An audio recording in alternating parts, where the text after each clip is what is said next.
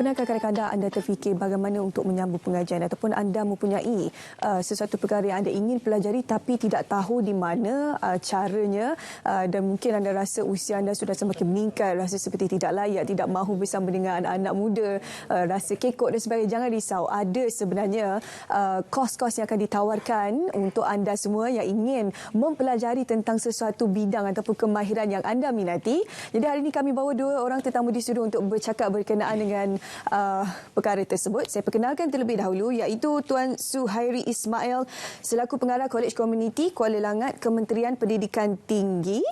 Juga kami bawakan di hujung sana iaitu Puan Wan Marina Muhammad Nowalid selaku Timbalan Pengarah Bahagian Kurikulum Jabatan Pendidikan Politeknik dan Kolej Komuniti Kementerian Pendidikan Tinggi. Assalamualaikum untuk kedua-duanya. Waalaikumsalam warahmatullahi wabarakatuh. Okey, ini adalah satu perkara yang menarik sebenarnya. Dengar sini, makcik-makcik, pakcik-pakcik ataupun adik-adik, kakak-kakak, abang-abang yang sedang menonton sekarang ni, kita ada satu orang kata kursus khas yang dilaksanakan.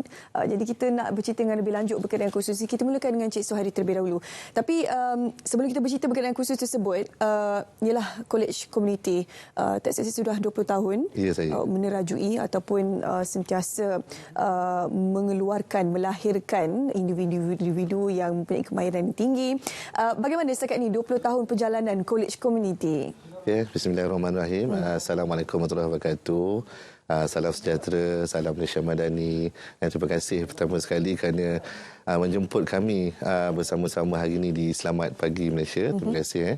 Dan alhamdulillah yang berkenaan dengan Kolej Komuniti tadi ada disebut tentang dah menjangkau usia melebihi 20 tahun. Dan untuk makluman semua, Kolej Komuniti ini adalah di bawah naungan sepenuhnya Kementerian Pendidikan Tinggi dan dikawasi oleh Jabatan Pendidikan Politeknik dan Kolej Komuniti. Dan tertubuhnya Kolej Komuniti ini semenjak tahun 2001 lagi dan sebanyak 12 buah Kolej Komuniti rintis ditubuhkan di ketika itu. Dan Kolej Komuniti ini merupakan institusi pembelajaran yang berada paling dekat dengan komuniti atau masyarakat setempat, kerana ianya mudah diakses selaras dengan asas penubuhan Kolej Komuniti itu sendiri ditubuhkan untuk memenuhi keperluan komuniti setempat. Dan salah satu objektif penubuhan Kolej Komuniti adalah menyediakan pendidikan seumur hidup, long life learning, pendidikan sepanjang hayat kepada individu dan juga masyarakat setempat bagi meningkatkan kualiti kehidupan, insya-Allah. Dan peranan utama Kolej Komuniti ini adalah ada dua. Yang besarlah kita boleh bagi kepada dua. Yang pertama sekali kita memberi peluang kepada lepasan menengah untuk melanjutkan pelajaran di peringkat diploma dan juga di peringkat sijil. Dan peranan yang paling besar sekali adalah untuk menjalankan pembelajaran sepanjang hayat, tak kira usia lah. Tak kira usia. Dan insya-Allah sehingga kini kita ada lebih kurang 105 buah Kolej Komuniti di seluruh Malaysia. Alhamdulillah.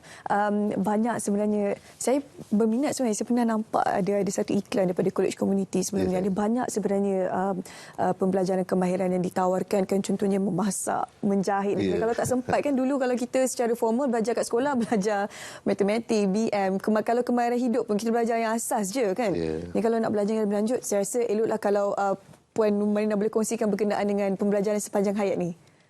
Okey, Cik Su. PSH ni, pembelajaran sepanjang hayat ni merupakan aktiviti pembelajaran yang kita lakukan sepanjang hidup lah untuk meningkatkan kemahiran, pengetahuan dan kompetensi.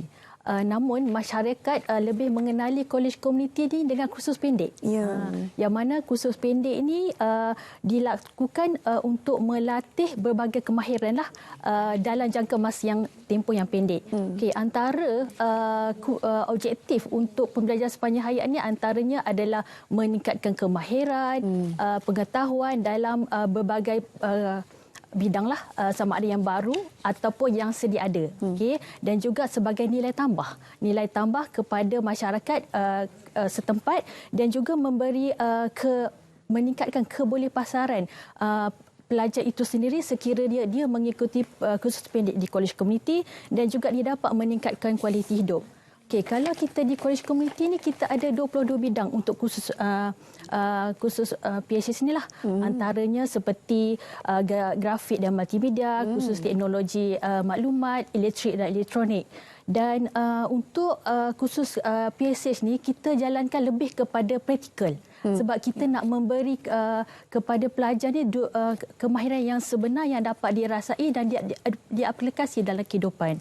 Selain itu, memetik kepada saranan YB Menteri kita yang mana College Community ni mesti dikembalikan kepada masyarakat. College Community ini perlu berfungsi memberi latihan kemahiran kepada masyarakat untuk membina kemahiran baru dan juga membantu dia meningkatkan kualiti hidup. Okey, dan saya nak share berkongsi berhubung dengan keunikan khusus pendek iaitu pembelajaran sepanjang hayat di College Community. Antaranya ialah dia terbuka kepada semua. Semua orang boleh masuk. Okey, dan kita ada kumpulan fokus antaranya belia. Belia merupakan golongan yang paling tinggilah menyertai kursus kita dan dia tidak ada had umur dan terdiri juga kepada dalam golongan untuk B40, warga emas, OKU. Dan untuk makluman juga kita ada pelajar-pelajar tahfiz yang juga menyertai kursus pendek atau pembelajaran sepanjang hayat di College Community yang mana dengan kerjasama JAKIN, Jabatan Agama Negeri. Dan selain itu juga Perhebat juga ada juga menyertai kursus dengan kita iaitu kursus peralihan atau kursus persaraan sebelum bersara daripada kententeraan dan juga agensi lainlah. Dan antara keunikannya juga adalah yuran yang agak murah dan berpatutlah mengikut kursus-kursus yang dia peserta ini atau masyarakat hadiri dalam kursus pendek kita. Tapi kursus pendek tu berapa lama? Tempoh dia yang paling minimal ialah sehari dan sehari dan tertakluk kepada macam mana masyarakat itu dia nak modul yang macam mana, so kita boleh sesuaikan. Flexibility ada pada pelajar tersebut. Sejauh mana dia nak adakah dari peringkat asas, pertengahan ataupun yang lebih tinggi. So untuk College Community kita akan sesuaikan dengan permintaan masyarakat itu sendiri. Tak perlulah rasa lepas ni kan macam nak sama belajar rasa rendah diri ke. College Community ni ada dan lokasi ni sebenarnya strategik kan, bukan jauh di kawasan bandar ataupun kawasan pedalaman. Tuan kalau berkongsikan lokasi-lokasi dan juga kejayaan telah dilakar oleh peserta-peserta pelajar-pelajar yang mengikuti PSH ni. Ya, kalau untuk makluman semua College Community ni memang terletaknya berhampiran dengan komuniti. Dan sehingga kini kita ada lebih kurang 105 buah College Community di seluruh Malaysia. Dan saya rasa dari segi akses daripada komuniti itu sendiri untuk hadir ke College Community itu bukan satu isu lah. Satu isu dan sekiranya jauh, insya-Allah College Community juga boleh membantu untuk membawa peserta-peserta ini datang ke college. Contohnya daripada kampung yang mungkin jauhnya dalam 10 km daripada college, kita boleh kata orang tu menyediakan kenderaan ataupun kita akan bawalah peserta ni datang ke college. Ataupun kita boleh laksanakan kursus tersebut di kawasan komuniti itu sendiri. Kita akan bawa kelengkapan yang bersesuaian, contohnya untuk belajar buat kuih tadi, buat kek ataupun pastry lah. Kita akan bawa tenaga pengajar kita akan buat peralatan ke kawasan tersebut untuk melaksanakan kursus. Dan DNA College Community itu memang untuk komuniti, untuk pendidikan komuniti supaya masyarakat dapat meningkatkan kata orang tu kualiti kehidupan dan juga kata orang tu sekiranya nak menambah pendapatan boleh menjana pendapatan melalui kursus-kursus yang telah diikuti oleh mereka lah. Dan yang membanggakan kami lah di College Community ini sehingga daripada awal penubuhan sehingga kini kita telah pun hampir mendapat penyertaan hampir 3.3 juta penyertaan daripada 22 kluster yang telah dinyatakan oleh Puan Malina tadi. Ada kluster masakan, grafik, multimedia kan. Jadi semua orang boleh datang berkursus. Semua orang boleh mendapat manfaat dan juga boleh meningkatkan kemahiran di College Community lah.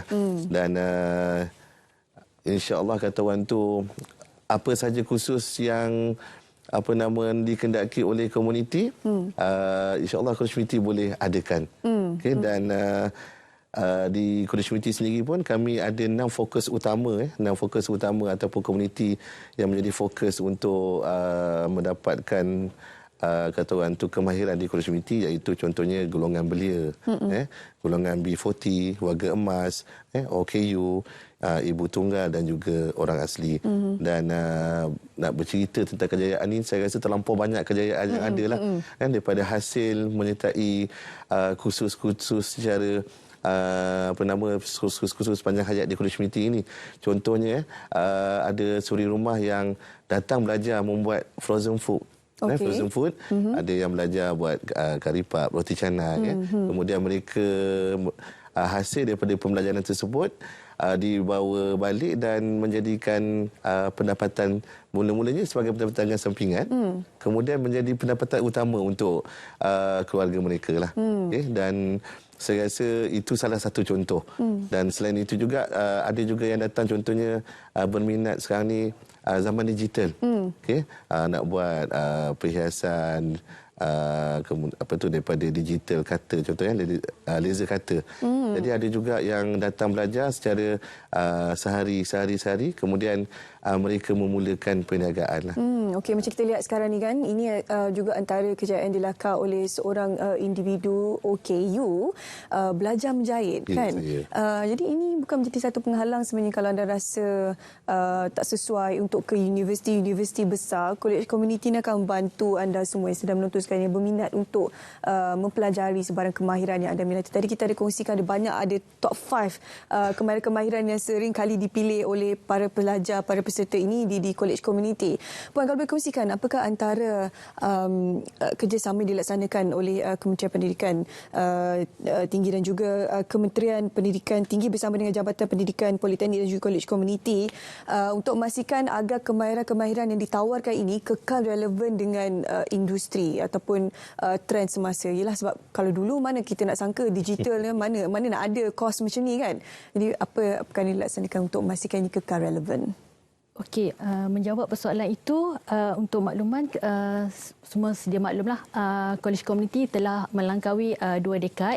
So sekarang kalau ikut dari dulu, kita menawarkan college community ni, kita memberi kemahiran sahaja.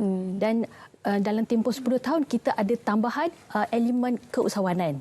Okay. Dan dalam 5 tahun kebelakang ni kita tambahkan lagi elemen 4AR atau teknologi digital. So college community terus committed untuk terus melangkau lebih hadapan. So sekarang ini college community melangkaui untuk transformasi yang mana penawaran pembelajaran sepanjang hayat ini ke arah micro credential, iaitu pentauliahan secara mikro yang melayakkan masyarakat ini bukan sahaja ada kelayakan kemahiran, tetapi dia boleh mendapat kelayakan akademik.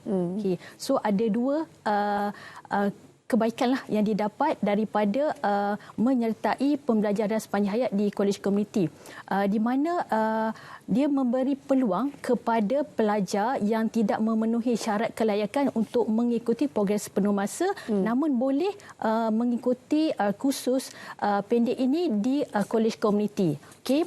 Dan dalam usaha ini, Jabatan Pendidikan Politeknik masih dalam proses memutamatkan ke arah melaksanakan micro credential itu, iaitu pentauliahan mikro ini, untuk memastikan pelajar ini dia dapat kemahiran dan dapat melayakkan ke arah kelayakan akademik yang lebih tinggi. Okay. Dengan penawaran ini, dia memberi akses yang lebih luas kepada semua masyarakat untuk menyertai kemahiran dalam berbagai bidang lah. Okay. Selain daripada program sepenuh masa lah. Inilah hasrat kementerian yang mana memastikan college community ini dapat menawarkan berbagai kemahiran yang memberi satu peluang destinasi yang utama dah untuk masyarakat menyertai kemahiran. Okey, itu secara ringkas kami kongsi pada anda berkenaan program yang ditawarkan oleh college community. Terima kasih Puan Aminah, terima kasih Tuan Suhaib Suhari. Ini saja kesempatan kita ada untuk bercakap berkenaan dengan apa program yang ditawarkan ini. Semoga anda semua di luar sana mempunyai idea ataupun selepas ini tergeraklah hati untuk mempelajari sebarang kemahiran yang anda ingin di College Community. Saya rasa sekarang ini mudah saja Google saja College Community, akan ada banyak lagi informasi di sana. Sekali lagi terima kasih Puan Maina dan juga Cik Suhari bersama kita ini untuk berkongsi berkenaan College Community, bagaimana mereka memangkin kesejahteraan masyarakat.